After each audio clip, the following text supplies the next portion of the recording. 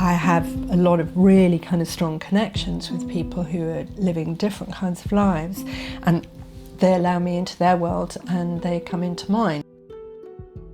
I've heard a lot of people say Penny didn't have no right to come in and do that. But I'm saying, we've had community leaders and community workers trying to stop us from killing each other for years, we're talking decades. Nobody did it. Nobody tried hard enough. She had a vision, she had something that she wanted to do, and she wasn't gonna stop till it was done. She helped to change a lot of people's lives. So I know from experience that the arts have the power to shape your character.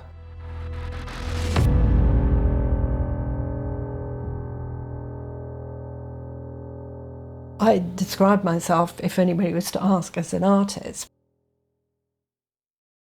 I've made art exhibitions, but you know, sometimes I'm a filmmaker.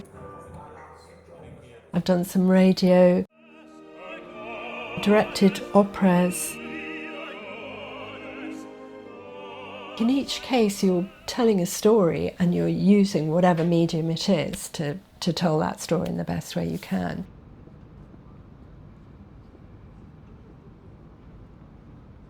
I live in Barnsbury, and it's quite a sort of affluent, middle-class area. There are lots of sort of barristers and judges. There's a big house across that little park that Tony Blair lived in before he became Prime Minister. And so most people who live here are completely oblivious to the fact that there's a parallel world where this is also a front line between young people who are at war with each other.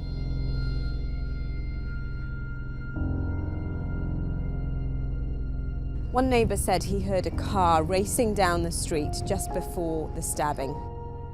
To think that at any point your child steps out of their home and they could potentially not come back.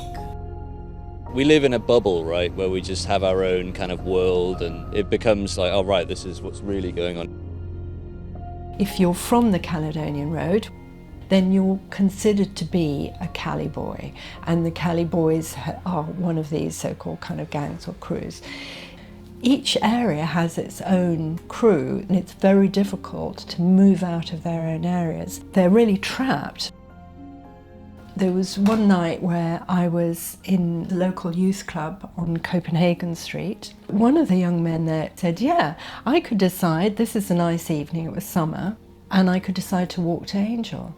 And that would be a really bad idea, because if I stick to the road, then there might be somebody passing by in a car on a bike who could just pick me off.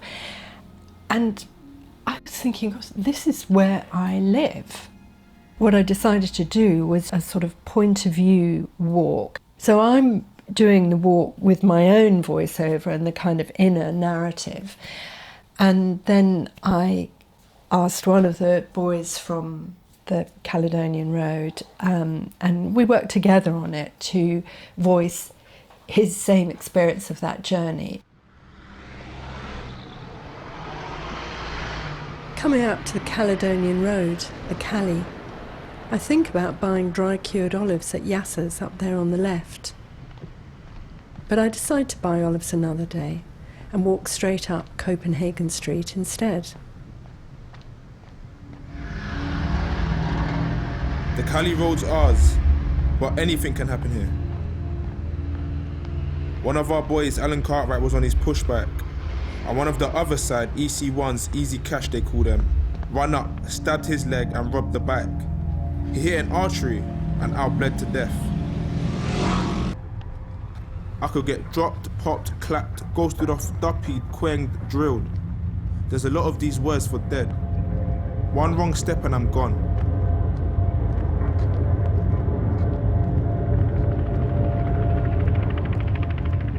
It's almost like science fiction, isn't it? That there's a portal through which you can slip into a completely different reality. When the same road is a different road. When the same road is a different road. The same road is a different the same road is a different the same road is a different the same road.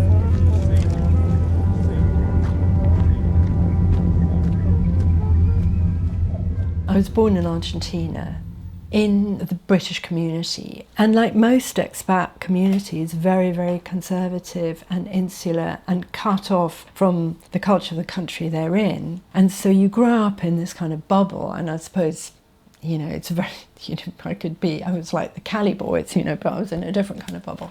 And becoming increasingly kind of curious about what was going on outside that bubble, and that is kind of what Big Girl is about.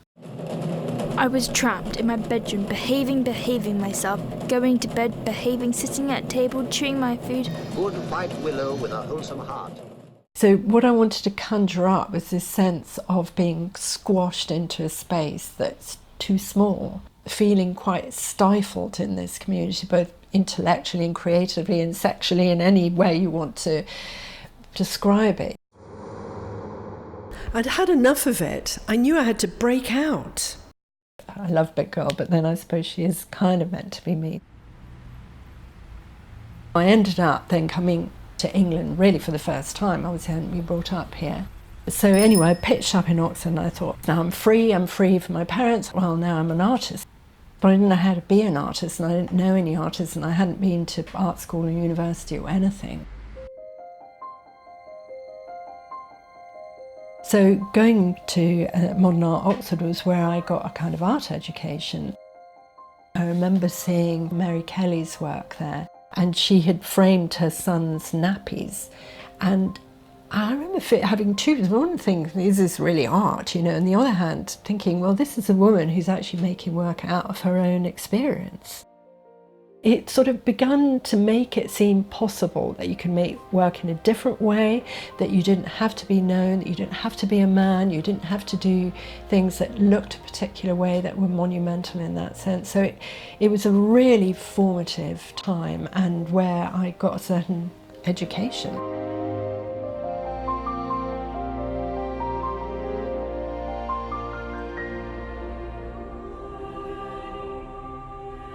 Would you tell me, please, which way I ought to go from here? That depends a good deal on where you want to get to, said the cat. At any time of day, there are like 6 to 8 little tours going on, all of which talk about the same things. They talk about Inspector Morse, Harry Potter, and you hear these same stories about Oxford.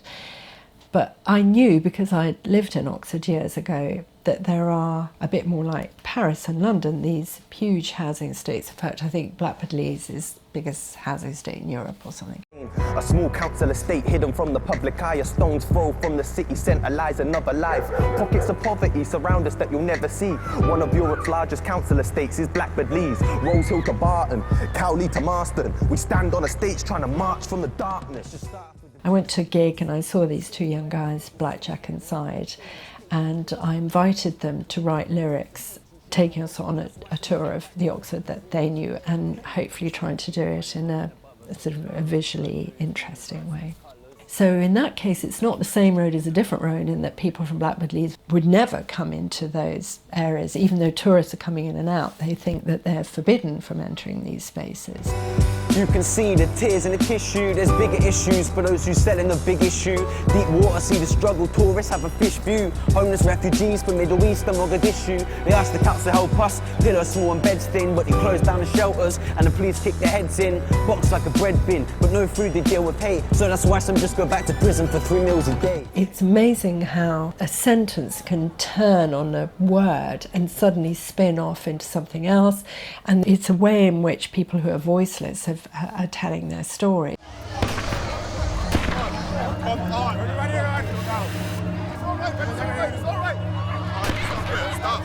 This is criminality, pure and simple. We're arguing over postcodes that don't belong to us, street corners that don't belong to us. I have a lot of really kind of strong connections with people who are living different kinds of lives, and they allow me into their world and they come into mine. In Birmingham there are two, at that time it's changed now, two big crews called Burgers and the Johnsons, and one of the Johnson guys called me, actually I was standing exactly where I'm sitting now, and said, you know, that maybe it was time to stop the beef and would I help him. 1 Mile Away was about the two main gangs in Birmingham and the gang war that had been going on for around 15 to 20 years.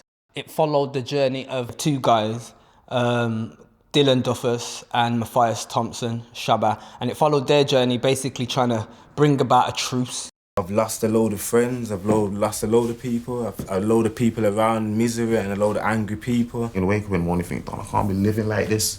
It's not a joke. Yeah, it's not. You get me, you're done, you're burying your friend and you're done, you're crying, your brother's mum's crying, you think, I can't be living like this, Don. This is crazy. I was part of the Johnson's crew and probably I was one of the main guys on that side of town. Before she made the film, we thought she was police. She's been sent in by the police to come and infiltrate. So it started off with all of the people who were involved in it being very, very angry with me and the guys who had initially asked me whether I would help them do this, and saying, who do you think you are? My brother, my best friend, whatever, you know, has been killed over this, and you're saying it's bullshit? Who do you think you are? I said I was going to meet them loads of times. I didn't go to meet them. And then one time I just thought, forget it, I'm going to go meet them and just give them a piece of my mind. No one don't want to truce. Man don't want to truce. Man don't mind having beef.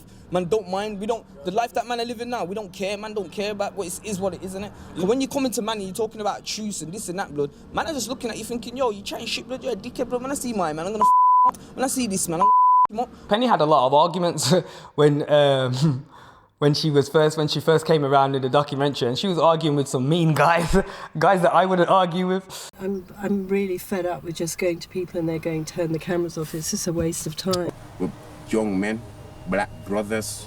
Fair enough, but when they see you, even so, you want to stop whatever, bro. But but that's what I'm saying. I'm gonna stand up. I'm gonna have to be a man. That's what I'm saying. I have to be a man and say, so what, are you supposed to get beat up? The film, it kind of got everyone speaking. Most people didn't agree with what was going on, but I mean, the impact that it had was crazy because nobody was shooting no more.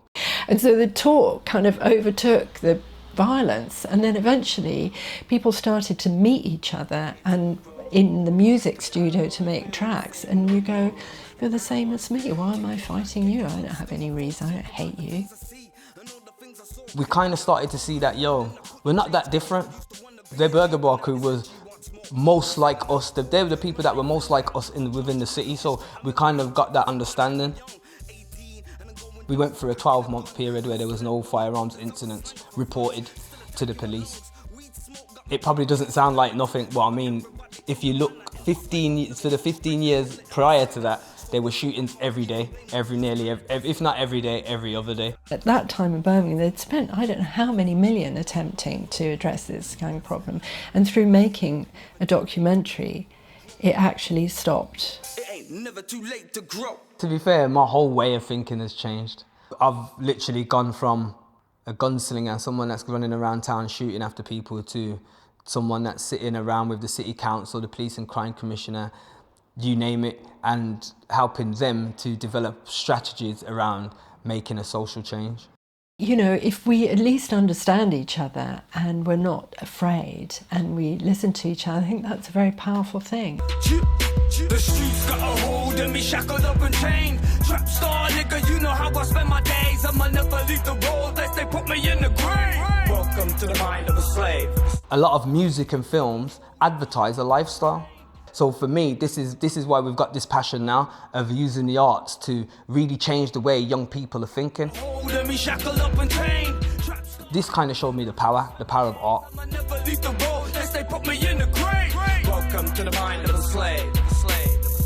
I would never be sitting here saying, oh, art can change the world all by itself. That's ridiculous. There are many other things that people need to do to create social change, but I think stories are pretty fundamental in terms of how we can even imagine a different way of living.